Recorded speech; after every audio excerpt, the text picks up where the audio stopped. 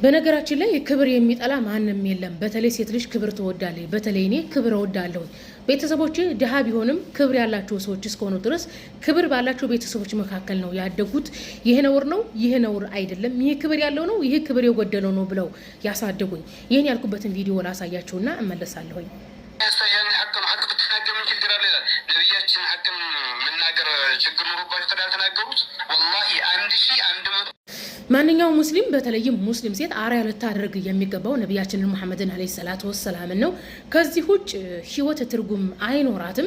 ሆኖም ግን እኛ የአጀም ሙስሊሞች በተለይም በዚህ ዘመን አብረን የምንኖረው ማህበረሰብ የዝንጀሮ ማህበረሰብ ነው። ዝንጀሮ ክብር አያውቅም። ዝንጀሮ ሰው ፊት ይህ የክብር ቃል አነጋገር ነው፣ ይህ ነውር ነው አይልም። ዝንጀሮ የራሱ ስሜት እስከሚሳካለት ድረስ ያገኘውን ነውር ሁሉ ሊናገር ይችላል። ይህንን ያልኳችሁ ለምንድን ነው? የሆነ ቪዲዮ አሰምቻችኋለሁኝ። ሴት ሆና እንዴት እንደዚህ ትላለች ነው የሚሉት ንጽጽር ላይ የሚሰሩ እህቶችን፣ በተለይም እኔን ማለት ነው።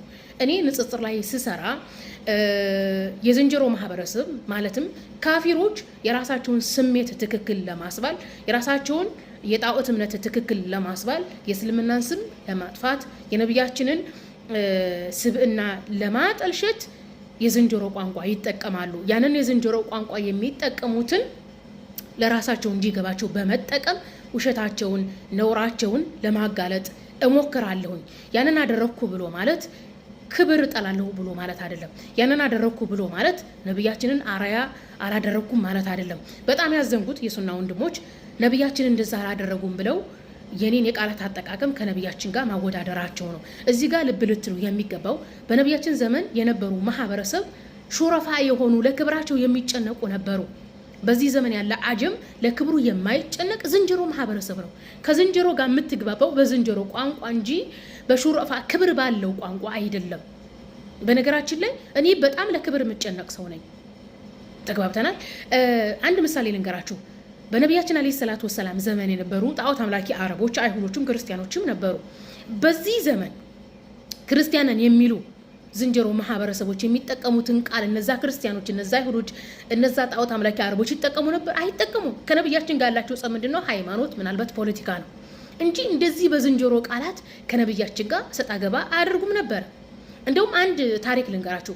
ነብያችን አለይሂ ሰላቱ ወሰላም የሁዴቢያ ስምምነት ጊዜ በይዓ ሲያደርጉ፣ በይዓ ብሎ ማለት ቃል ኪዳን ማለት ነው።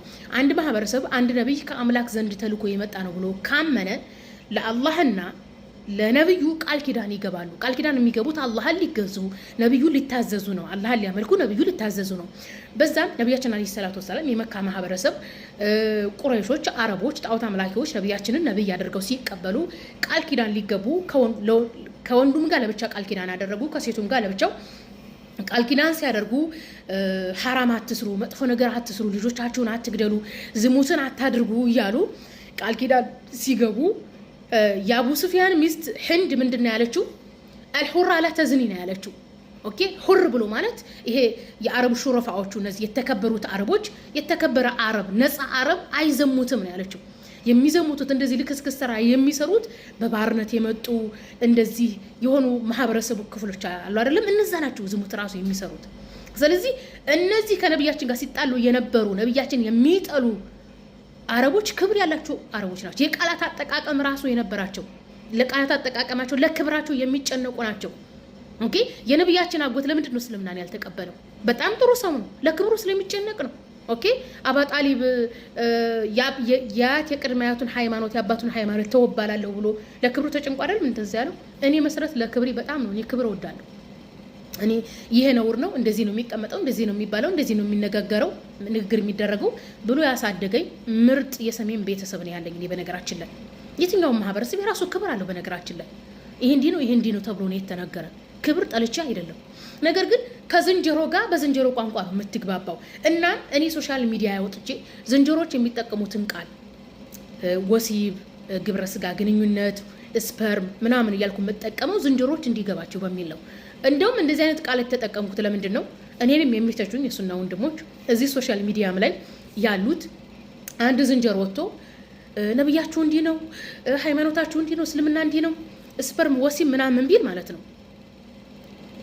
እንግደለው ነው እንጂ የሚሉት እሱ በሚጠቀመው ቋንቋ ማህበረሰቡን እንዲረጋጋ ማድረግ አይችሉም። እንደውም ባለፈ አንዱ ምን አለ መሰላችሁ? አንዱ እንደዚሁ በእስልምና ላይ የሚቀጥፈውን ዝንጀሮ አድራሻውን ንገሪኝ ልግደለው ምናምን አላለኝም። ጭራሽ ነው ያልኩት። እኔ እዚህ ሶሻል ሚዲያ ላይ ቪዲዮ ሰራለሁኝ። በእስልምና ላይ የሚቀጥፉ ዝንጀሮችን ፎቶአቸው የት ነው፣ አድራሻቸው የት ነው፣ ሴት ናት ወይ ወንድ ናት ወይ ብዬ አልጠይቅም። ምክንያቱም እኔ ያስኩት ሀቅ እንደሆነ አውቃለሁኝ። በራሳቸው በዝንጀሮ ቋንቋ አጠቃቀም በዋነኝነትም ደግሞ የመጽሐፍ ቅዱስን የቁርአንን የሐዲስን የሰውኛ ቋንቋ በመጠቀም እንዳጋለጥኳቸው ሐሰታቸውን እንዳጋለጥኩኝ እንደተበቀልኳቸውም ስለማቅ ቤት እንዳሉ ማለቅም የት እንዳሉ አላቅም። ምክንያቱም እኔ መሰረት ነኝ፣ እኔ ሙስሊም ነኝ። አልሐምዱሊላህ ከሚጠቀሙት ቃላት ካሉበት ሃይማኖት ጭምር ምንም ዋጋ የሌላቸው እንደሆነ አውቃለሁኝ። ነገር ግን እንተዋወቃለን። የሱና ወንድሞች እኔ አውቃቸዋለሁኝ እኮ ስንት ነው። እኔ ራሱ ቪዲዮ እዚህ ቲክቶክ ላይ ቪዲዮ መስራት የጀመርኩት እኮ በየኮሜንቱ ሳንጃ የሚስብ ሰይፍ የሚስብ ሳይ ነው። እንዴ ይበቃል። በቃ የሙስሊሙ ትውልድ እንደዚህ በየኮሜንቱ ማድረግ የለበትም። ዝንጀሮ ቋንቋ የሚጠቀሙ ዝንጀሮ ቋንቋ በመጠቀም ማህበረሰቡን ማረጋጋት ነው። ኦኬ የሙስሊም አሚር የሙስሊም ገዢ በሌለበት አገር በዝንጀሮ አጀም ውስጥ እየኖርን በቃ የወቶ ለተዝረከረከ ዝንጀሮ ሁላ ሰይፍ ነበር፣ መግደል ነበር። ስለዚህ እኔ እናንተንም ለማዳን ነው የዝንጀሮ ቋንቋ የምጠቀመው እንጂ እኔ መሰረት በቃ ጥንፍፍ ያልኩኝ ሙስሊም ሴት በቃ አለ አይደል በቃ አለ እንዴት ልበላችሁ ክብር ያላት ሴቱኝ በቤቴ በቃ ደስ የሚል ኡማ ማፍራት የምወድ ሴት ነኝ በነገራችን ላይ። ነገር ግን ከእናንተ ስለምሻልና የሆነች መስመርን ላሳያችሁ ስለፈለኩ ነው ሶሻል ሚዲያ ላይ ወጥቼ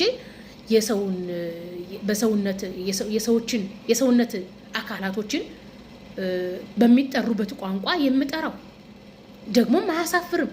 እንደውም ለዛውም ዝንጀሮቹ በሚጠቀሙት ቃላት አልጠቀምም። ኖርማሊ በአማርኛ ቋንቋ ሊገለጹ በሚችሉት ቋንቋ ነው እንትን የምለው። እኔ እኮ በጣም የሰኩት እንግዲህ እነዚህ እኔን የሚተቹ ሱና ወንድሞች አይ ቲንክ ትምህርት አልተማሩ እንዴ? ትምህርት ቤት እኮ ተምረናል እኮ የሰውነት አካል ክፍል። ልጆቻቸው አሁን ላይ በዚህ ሰዓት ልጆቻቸው አይማሩም ትምህርት ቤት? ተውት እሺ። ሶሻል ሚዲያ ላይ ኢንተርኔቱ እያንዳንዱ ነገር እያለ ዛሬ ጊዜ ህፃናት ልጆች እንዴት ነው የሚረገዘው፣ እንዴት ነው የሚወለደው፣ የሆነ ነገር ሳይው ይሄ ምንድነው ስሙ ምንድነው እያሉ እየጠየቁ እኔ ዝንጀሮች ባመጡት ሐሳብ ብናገርና ካላችሁበት አግሬሲቭነት ካላችሁ ተአሱብነት በየኮሜንቱ ላይ መግደል ነበር እንዲህ ይገላሃለሁ ቆይ ጠብቅ ከምትሉት መጽሐፍ ቅዱስን ገልጦ ቁርአንን ገልጦ ሐዲስን ገልጦ ተነጋግሮ ችግርን መፍታት ሐሰተኞችን ዝንጀሮችን ማጋለጥ እንደሚቻል ላስተምራችሁ እንጂ የክብር ጠልቶብኝ አይደለም።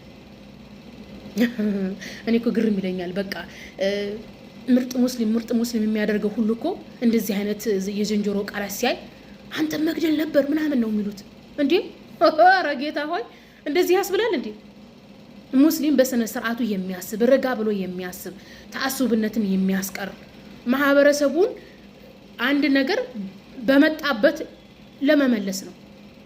ለትልሽ ለትልቁ ለስድቡ አለቀም ለእንትኑም እገላሃለሁኝ የሚባል ትውልድ ስለደበረኝ ነው እንደዛ የማደርገው እንጂ ክብር ጠልቶብኝ አይደለም። እና ለማንኛውም ይሄን ይመስላል።